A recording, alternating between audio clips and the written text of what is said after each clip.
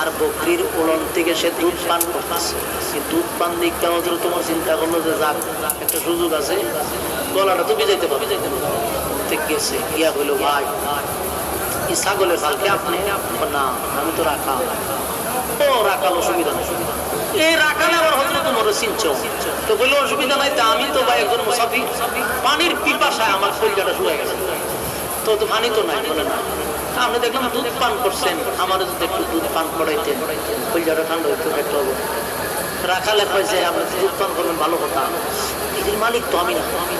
আর আপনাদের দেখছেন আমি দুধ খাইছি, এই চাকরির ভিতরে আমি যে এক বেলা বকরি চড়াইতে এলে এখান থেকে দুধ পান করি, এটা মালিকের অর্ডার, এটা আমার পাওনা, এটা খাই, আমি আপনাদের খাওয়াবো।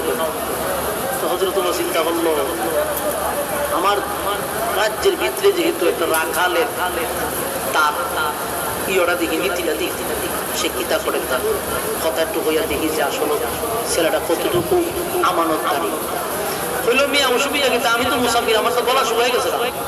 পয়গম্বর মুসার অনেক রাগ, আল্লাহ আগে শিখাই দিছে মুসারে ফেরাউনের সাথে নরম ভাষায় কথা বলবা, গরম ভাষায় কথা বলো না।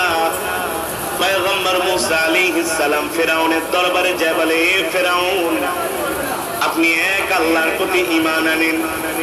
ফেরাউন বলে, মুসারে আমি আবার কোন আল্লাহর প্রতি ঈমান আনবো? আনা রব্বুকুমুল আলা, আমি তো বড় খোদা। নাউজুবিল্লাহ বলেন। পয়গম্বর মুসা আলাইহিস সালাম বলে, ফেরাউন আপনি তো খোদা তো দূরের কথা, আপনি এখন পর্যন্ত মানুষই হতে পারেন নাই, আপনি একটা অমানুষ।